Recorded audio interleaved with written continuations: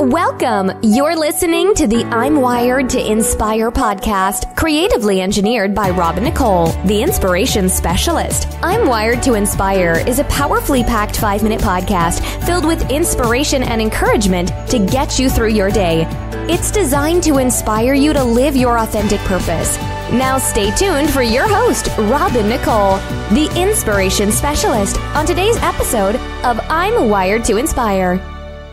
You're listening to the Black Excellence Expose with Nicole, the inspiration specialist.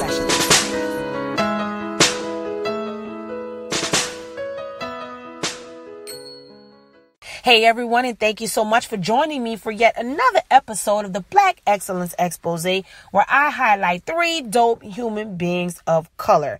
I also ask you 3 probing questions that I ask on every episode because I want you to be consistent and I want to really get the wheels turning every day so that you can figure out how you can add value and put your stamp on this world.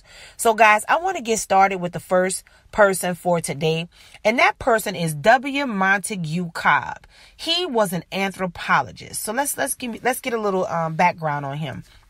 Dr. William Montague Cobb was a pioneering 20th century physical anthropologist. As the first African American to earn a PhD in anthropology and the only one until after the Korean War, his main focus in the anthropological discipline was studying the concept of race and the negative impact it has on communities of color. Cobb continued to apply his science to social issues, showing how racism was harming African American health and thus negatively impacting all American society. The epitome of Cobb's social justice was when he became the NAACP president from 1976 to 1983.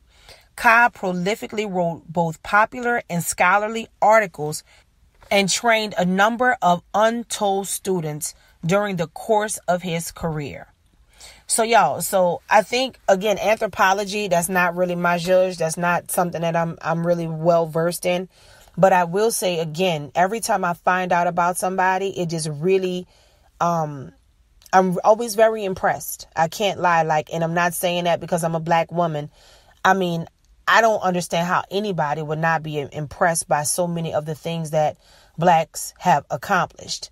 You know, African Americans, blacks, I mean, whatever you want to call it, people of color. You know, we have been able to do things that, you know, have been major feats, and they've really, really impacted the world in a major way. So then that brings me to the first question. How can you fulfill a need?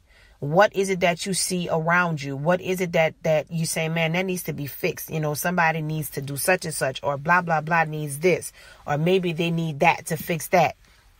You know, one of the things I want you guys to think about is sometimes fulfilling the need is being the person that says there needs to be someone to fulfill this need right here. Sometimes that's what the need is. And you're the person to make that happen. And then you connect the dots. You put the right people together and you get them involved. So I want you to think about that. It's not, you may not necessarily be the person that, you know, executes it, but you may be the person to cause the execution. So either way, I think it's important for you to definitely seek that. And I think you need to figure out, you know, if God may be leading you to that. And if there's something in that that may mean something to you, you know, and in turn, how can what you do benefit other people? If you fulfill that need or aid in the fulfillment of that need, what would that look like for you? So I want you to ponder that. Now that takes me over to our second person of the day. And this is Sam Gilliam. Mr. Gilliam was born in Tupelo, Mississippi, and he studied art in Louisville, Kentucky. In 1962, he moved to Washington, D.C. and created abstract paintings inspired by the Washington Color School artists, Morris Louis and Kenneth Nolan. These artists, among others, broke the rules of abstract expressionism by pouring thin paint directly onto unprimed canvas instead of applying thick, vigorous brushstrokes. Gilliam pushed this method even further by folding and draping the canvas before it dried, creating unusual tie-dye effects. He started working with many large canvases in the late 1960s, hanging vast pieces of painted cloth across walls and ceilings to emphasize the relationship between the work and its environment. And that source of information, y'all, came from the Smithsonian American Art Museum. And also, y'all, today's stories were sponsored by the hashtag Black Excellence, believe it or not. And I think I mentioned this the other day. I get my stories and I do my fact checking too. So trust that. I do my fact checking. But I also use hashtags, y'all. We can follow hashtags now. Make sure you follow all of mine. If you follow anything about me, I'm wiredtoinspire.com. You'll see everything and you can follow and check up with everything. But yeah, that is really, really interesting to me because, again, even with art and painting, so many people try to downgrade and try to act as if art is not a real career and it's not something that can't be groundbreaking or even life-changing for some. And it definitely is. I was actually very inspired because the artwork dropped yesterday for Michelle and Barack Obama. And it just really, I mean, they king and queen. They just still got it. They'll always have it. They just my tool. They my people. They get it. It's just a vibe. It's a thing with them, with me. And again, that, inspired me to even talk about Mr. Gilliam today because, he was a trailblazer in this art form and doing this, and painting and even changing the strokes and how he did it. And again, y'all, I just want you to know, this leads me to the second the second question that I want to ask you guys, right? Like, what is it that you've learned that you can teach other people? Because something that, we don't realize sometimes is that we are sitting on a gold mine, or we're sitting on information that can help other people. And we don't realize that we can package that information and put out our own set of excellence to help others. And I think that it's imperative that you think about that because you probably may not be. That's not a common thought. That's not something most people, the average person doesn't wake up and say, how can I package what I've learned and sell it? Most people don't do that. Like, you may come to that place, but I want you to think about that. I want you to ponder that because I think it's really important. And I think that if you really get a handle on that, you might be surprised. God may surprise you. Your thoughts and where you begin to think and when you begin to look at the things that you've learned. Again, you can be 5 years old. You can be 55 years old. It does not matter. God can show up in any way if you want him to. You can ask him for his creative genius and ask him to illuminate the things that you've learned that he would like for you to share with others. You don't have to navigate this thing by yourself. So think about that moving forward, because there just may be something that you're sitting on that you can package and sell or share or give away, however you want to do it, however you are led to do it, but it'll change someone else's life. So think about that.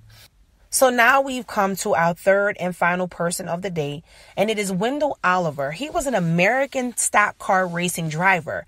He was one of the first African-American drivers in NASCAR and the first African-American to win a race in the Grand National Series, which was NASCAR's highest level.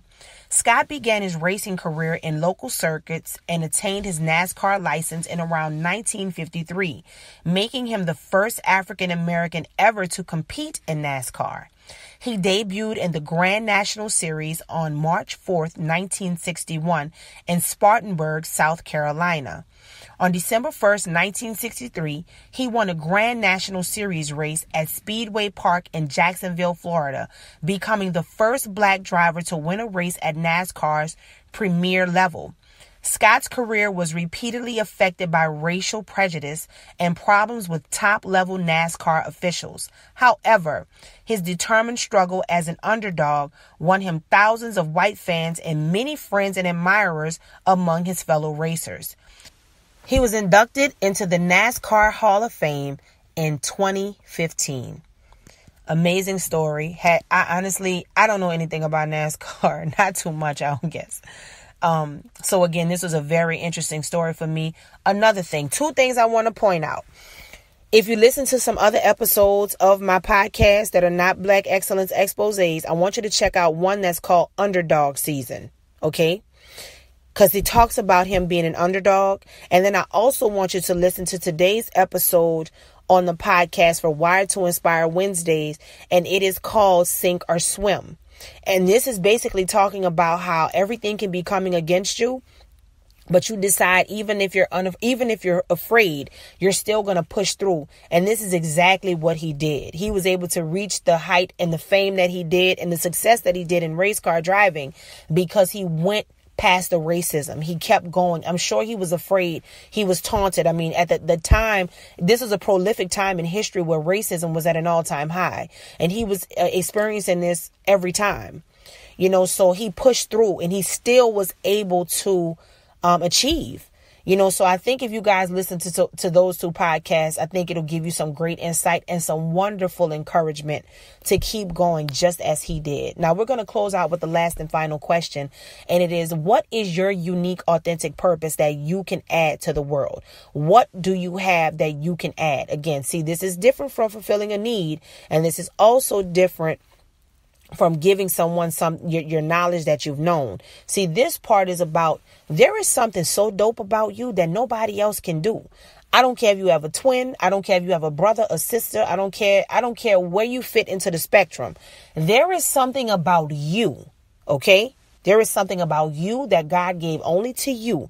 You have to figure out what that is. And once you figure out what that is, figure out then how to put it out there in the world. Again, you want to operate in excellence. This is what this is all about. You want to hear these stories, but then be inspired to create your own. And with that, maybe that can get the wheels turning for you, because you want to be able to set yourself apart by being exactly who you are. You can set yourself apart. In fact, that's the only way to set yourself apart, because you can do a semblance of it and you can try to do something that someone else is doing their way. But trust me, it will not have the same effect as you doing it your way. You might even get success doing that, but it won't last, because only what you do that's pure and authentic, and only what you do, for God will last anyway. You know, things can give the semblance of lasting and having staying power. But if your heart is not pure and you're not really putting into it what you need to put in it according to your authenticity, you will see it crumble. So I want you to be inspired. I want you to be encouraged. And I'm so glad that you guys joined me today for another episode of the Black Excellence Expose. And guys, if you want to share a story with me, make sure that you hit me up at B, like Bumblebee, BEE at I'mWiredToInspire.com. And this week I'm going to be doing one show in particular, and I will be sharing the emails that I received with the suggestions. So definitely send me whatever you have. If you want to suggest someone, I will definitely use them. I thank you guys. And remember, I'm wired to inspire. I hope you are too. It's the I'm Wired to Inspire podcast giveaway. Stay tuned for instructions.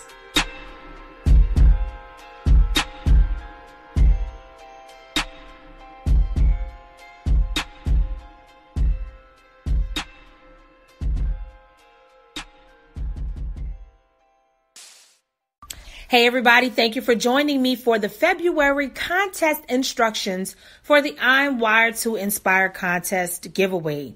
Now, this particular contest is specifically for Instagram. I will be making a post and it will be speaking of this contest, and then you're going to repost it and tag 3 friends that inspire you for a chance to win a $50 Amazon gift card. 2 winners will be chosen. You must be following at robinicolek, that's one word, 1 N, and I'm Wired to Inspire for your entry to be valid. We must be tagged in your photo for us to see it. Good luck. Thanks for listening to I'm Wired to Inspire podcast at I'mWiredToInspire.com. If you enjoyed the show, spread the word and be sure to hit the 5-star rating on iTunes. For more information on this podcast and inspirational products and services, log on to the inspirationspecialist.life or I'mWiredToInspire.com. And remember to live your authentic purpose. Thanks again, and see you next time.